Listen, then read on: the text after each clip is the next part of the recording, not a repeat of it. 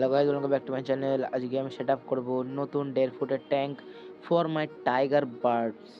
ট্যাঙ্কটিকে set up করার জন্য প্রথমে আমার যে টাইগার বার্বগুলো ছিল সেগুলোকে আগে তুলে নিয়েছি। তারপর জলটা একটু কমিয়ে নিয়েছি যাতে একটু সুবিধা হয়। আমি আগেও একটা বেটা ফিশের ট্যাঙ্ক সেট আপ করেছিলাম। সেই ট্যাঙ্কে যে আমি হোয়াইট স্যান্ড আর অ্যাকোয়া সয়েল ব্যবহার করেছিলাম সেটারই মিশ্রণ এই স্যান্ডটা। এই স্যান্ডটা প্রথমে 1 ইঞ্চি থিক লেয়ারে দিয়েছিলাম, তারপরে দিয়েছি কনস্ট্রাকশন স্যান্ড। মাটিকে ঠিকভাবে ভালোভাবে ধুয়ে নিয়েছি। ধুয়ে নেওয়ার সত্ত্বেও আমি 3 থেকে 4 বার ধুয়েছিলাম মাটিটা, তাও এতটা খারাপভাবে কি বলবো, জলের সাথে এতটা খারাপভাবে ঘুলে গেছিলো 3 থেকে 4 বার। আরও পুরো ট্যাঙ্ক ওয়াটারটাকে পুরোপুরি পাল্টাতে হয়েছে আমার 3 থেকে 4 বার টানা। তা সত্ত্বেও আমি ট্যাঙ্কটা সেট আপ করি। 60 লিটার জল নষ্ট হয়েছে এই ট্যাঙ্কটা সেট আপ করার জন্য। শেষমেশে আমি সেই ট্যাঙ্কটা সেট আপ করেই ফেললাম। তুমি দেখতেই পাচ্ছ কীরকম কত সুন্দর দেখতে লাগছে, একটু ক্লাউডি ওয়াটার, তাও লাস্টে গিয়ে দেখতে বীভৎস লাগবে।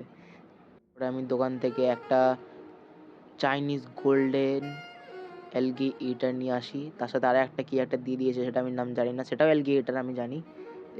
সাথে কিছু খাবার আর একটা পাউডার দিয়েছিল, বলেছিল যে 4 ভাগের 1 ভাগ অল্প পরিমাণে দেবে, জলটা পুরো ক্রিস্টাল ক্লিয়ার হয়ে যাবে, একটু দিয়েছি সেটা।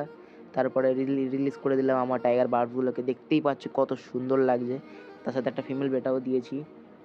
আর শেষে একটাই কথা বলতে চাইবো, নেভার গিভ আপ। আর আর যদি ভিডিওটা ভালো লেগে থাকে লাইক